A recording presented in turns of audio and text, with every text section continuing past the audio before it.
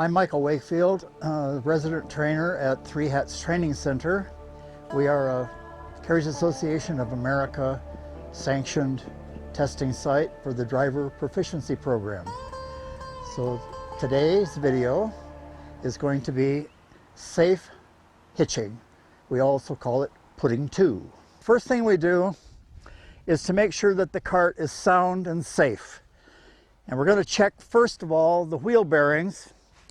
Shake the cart, make sure everything's tight. Look for cracks and welds that may have been broken. Cracked or broken leaf springs, bolts. Make sure all the nuts are on the bolts. Everything is good here and here. The seat is tight. Our brakes, if we have brakes, give them a couple of test pumps. Good. If you have removable shafts, you always look at your shaft securing nuts here to make sure that everything is tight. And you can do that pretty much by just gripping.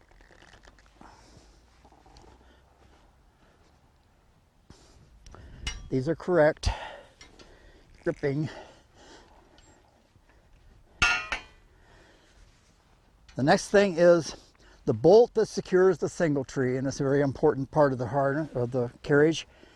So we have a bolt here with a nut at the bottom, and it has to be free to turn and not loose. Now, before we get in, we have to have our gloves, our helmet, our spares kit, and our whip. And to the back of the carriage, I have a halter and a lead rope if we have a mishap on the road, and my cell phone. I think that covers it. So, my assistant is going to hold the horse. It's the driver's responsibility to bring the carriage to the horse.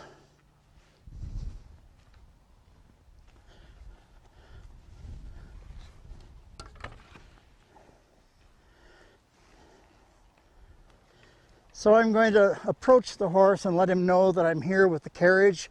So I'm going to bump him on the hip, both sides, and then I'm going to feed my shaft into the loop.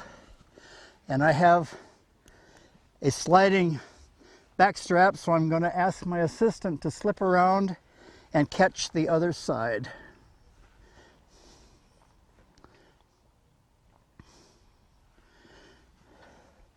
I'm going to bring the shaft tip as close as I can to the point of shoulder and begin the hitching process. So the first thing we will do is the traces.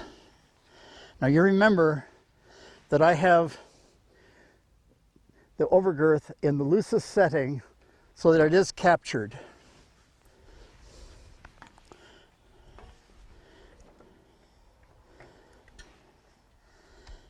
And I can see that I'm going to have to shorten the traces about one hole here.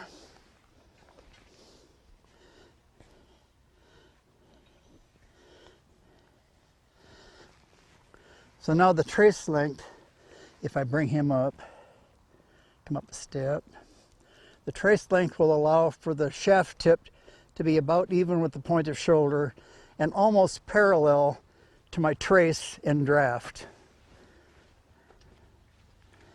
Okay, I have both traces hooked, so at this point I can hook a holdback strap, and I'm going to come back to the other side so that you can see the first one.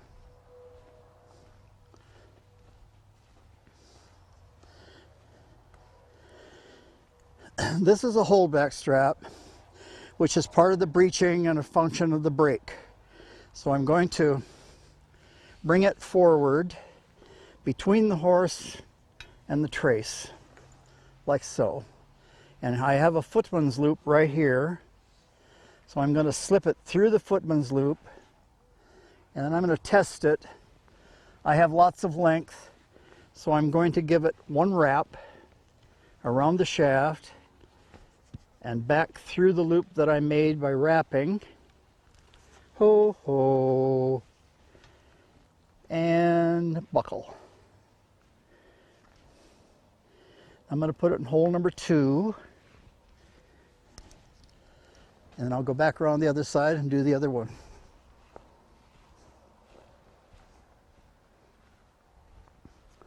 So just like on the other side, I'm going to go under the trace to the whole back, footman's loop.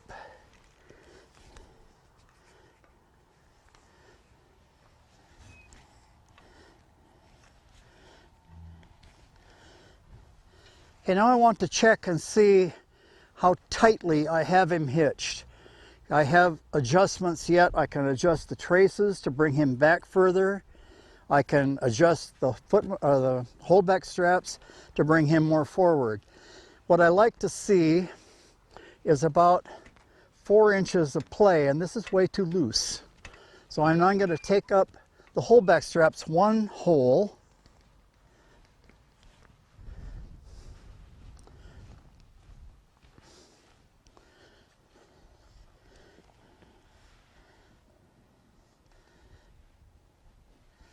And try it again. That is nice. So the strap coming down from the saddle, this is called the saddle billet, it does not actually go forward or back beyond the saddle itself. So we're in good shape. Now I can tuck this in.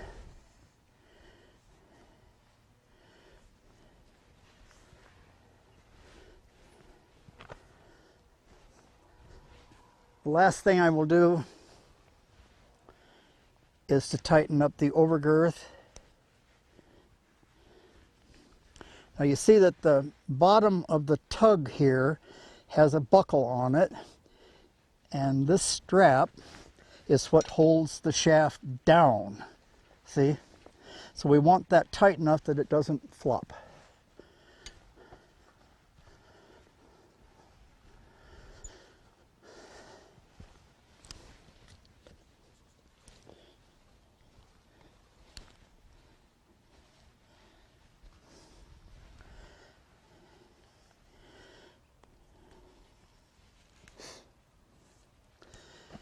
Now, you remember we have an extra piece of equipment here, the kicking strap. So I'm lucky enough on this carriage to have a footman's loop which is made for it right here. If you do not have one, you merely thread it through the ring of the breeching before you wrap the shaft itself. So it would go like that, and then you just wrap it enough that you end up with buckle adjustment holes. So I'm going to wrap it and then do this. This is how you probably will end up using yours.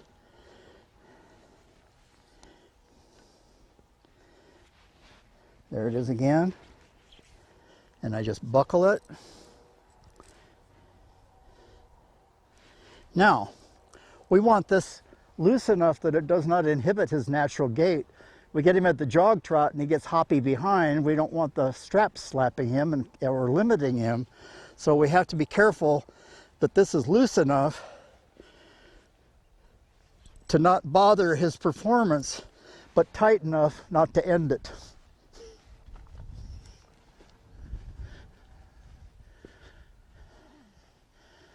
I'll do the other side the same. Out through the ring of the breeching, around the shaft with 1 loop, and return to the buckle.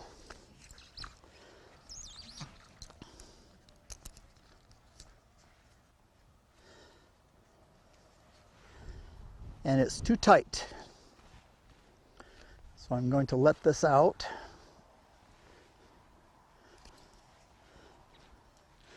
And take 1 wrap away.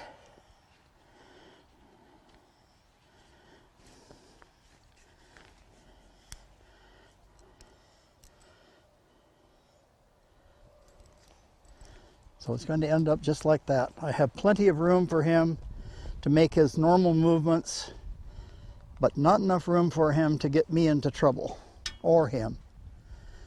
Okay, one last trip around to make sure the billets are all in secured position. Here we have a little problem.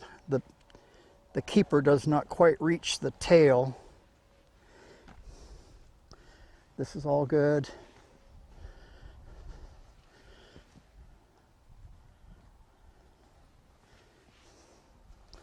Everything on the bridle is correct.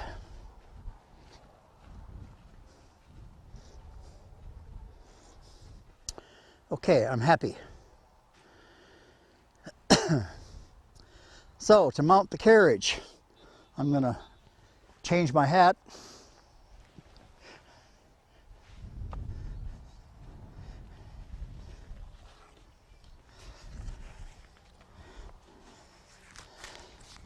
We should all be blessed with a horse that stands quietly like Mr. Irish does.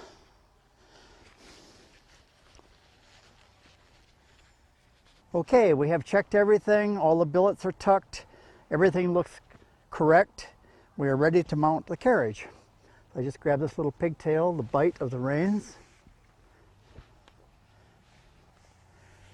Now, those of you that have had a moment to study reinsmanship know that we have several ways to hold the reins.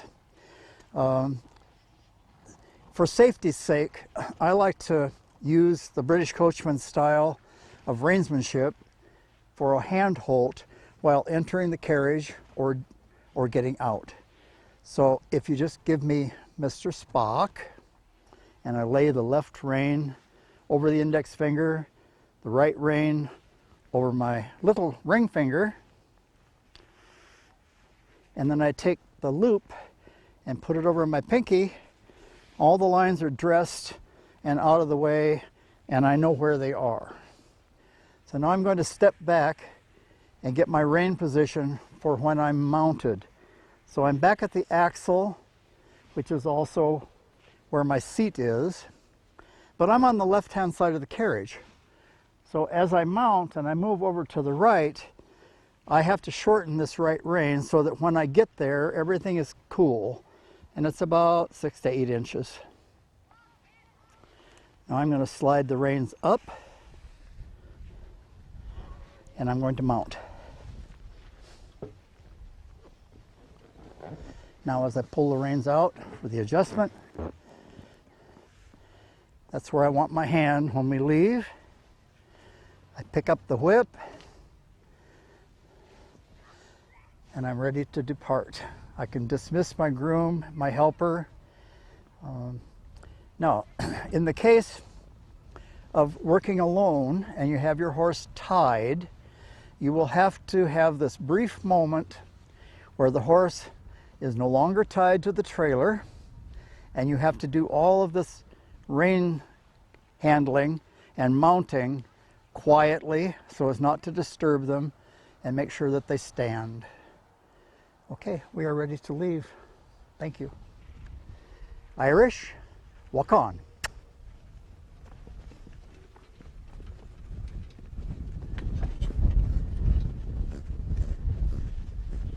Get it?